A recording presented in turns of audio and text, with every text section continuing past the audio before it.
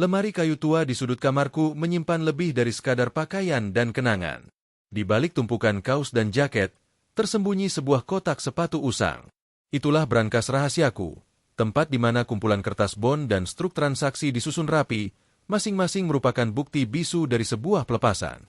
Setiap lembar kertas itu adalah mantra penahan sakit, harapan yang terlipat rapi, dan pengingat pahit akan segala yang telah kukorbankan untuk bertahan hidup. Namun, siang itu, tatapanku teralihkan dari kotak sepatu itu. Suara drum mesin yang halus, begitu asing di lingkungan perumahan sederhana ini, memecah kesunyian. Aku mendekat ke jendela, tirai bunga-bunga usang sedikit kusibah. Di seberang jalan, di halaman rumah keluarga Hartono yang selalu terawat sempurna, terpancar kilau logam dan ket baru. Sebuah SUV besar berwarna perak, bak kapal antariksa yang baru mendarat, berdiri dengan angkuh. Pak Hartono, dengan kemeja lengan pendek bermerek, berdiri gagah di sampingnya, sementara Bu Hartono sibuk memotretnya dengan ponsel terbaru. Rasa sesak yang familiar langsung menyergap dadaku. Bukan karena iri, tapi karena kontras yang terlalu tajam, terlalu menusuk. Tanganku, hampir refleks, meraih kotak sepatu di bawah tumpukan baju. Aku duduk di tepi tempat tidur. Kotak itu terasa berat di pangkuanku. Aku membukanya. Aroma kertas tua dan tinta yang memudar menyambutku seperti teman lama. Lembaran pertama yang kuambil adalah bon dari toko perhiasan Bintang Kejora. Tertulis jelas di sana, 1 buah kalung emas 18 karat, gram 10. Di kolom harga, angka yang dulu bisa membuatku tercengang, sekarang terasa seperti tebusan untuk sesuatu yang lebih besar. Kalung itu adalah pemberian almarhumah ibuku, satu-satunya benda mewah yang pernah kumiliki. Ia selalu berkata, simpan ini untuk hari esokmu, nak. Hari esok yang ia maksud pasti bukan ini.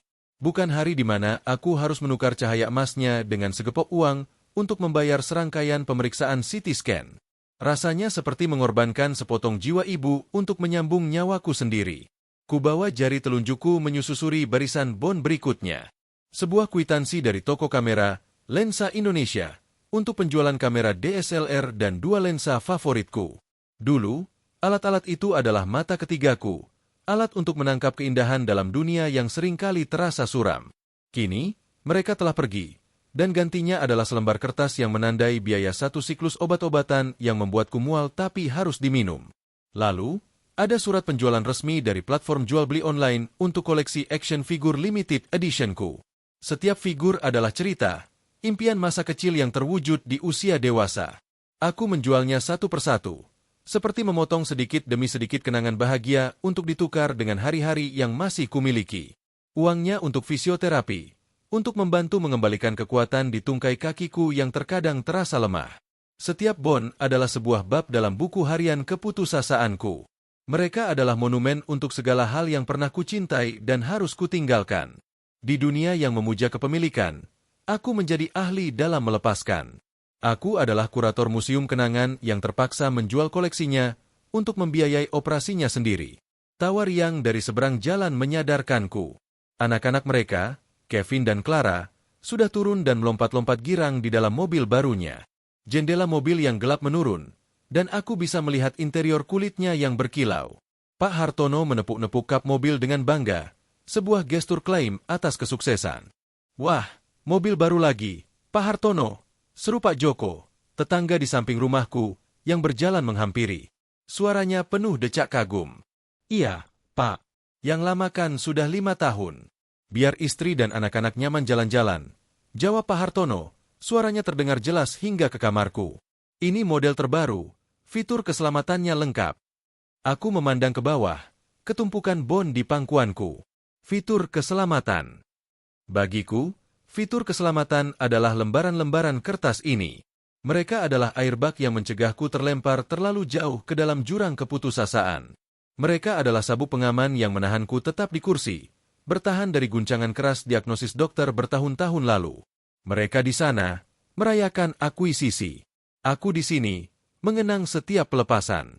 Jarak antara jendela mereka dan jendelaku terasa hanya 10 meter, tapi seolah-olah ada samudera luas yang memisahkan realitas kami.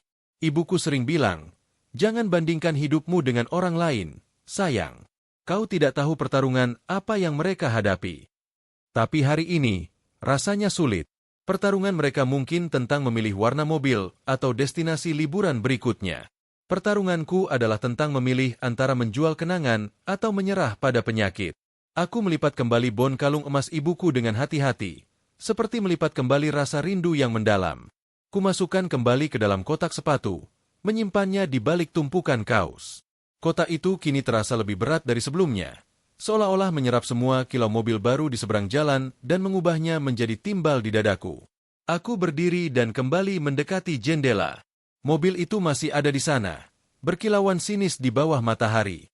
Pak Hartono dan keluarganya sudah masuk, meninggalkan simbol status mereka berdiri di halaman, terpampang bagi siapa saja yang lewat. Tiba-tiba, ponselku bergetar. Sebuah notifikasi dari aplikasi rumah sakit. Pengingat, jadwal konsultasi dengan Dr. Arifin, Jumat, pukul 10. Pastikan untuk membawa hasil lab terbaru. Napas yang tidak kusadari kutahan, akhirnya kulepaskan. Inilah realitasku. Bukan tentang mobil baru, bukan tentang pameran di media sosial. Ini tentang pertempuran sunyi di dalam tubuhku sendiri, yang dananya kukumpulkan dengan menjual potongan-potongan jiwaku. Aku memandang sekali lagi ke kotak sepatu di atas tempat tidur. Itu adalah peti harta karunku yang muram, penuh dengan harta yang telah hilang. Tapi di balik setiap bon yang terjual, terselip sebuah doa yang tak terucap, bahwa semua pengorbanan ini akan berujung pada sebuah kesembuhan, pada sebuah hari di mana aku tidak perlu lagi menjual masa laluku untuk membeli masa depanku. Sementara di seberang jalan, mobil baru itu berdiri tegak, sebuah tugu peringatan akan perbedaan takdir yang, sore itu, terasa begitu perih dan menusuk. Aku menutup tirai, memutuskan pandangan dari kilau yang menyilaukan itu, dan kembali berhadapan dengan kotak sepatu dan perhitunganku yang sunyi. Ini adalah perjalananku, dan bon-bon ini adalah peta yang kutempuh, satu pengorbanan pada satu waktu.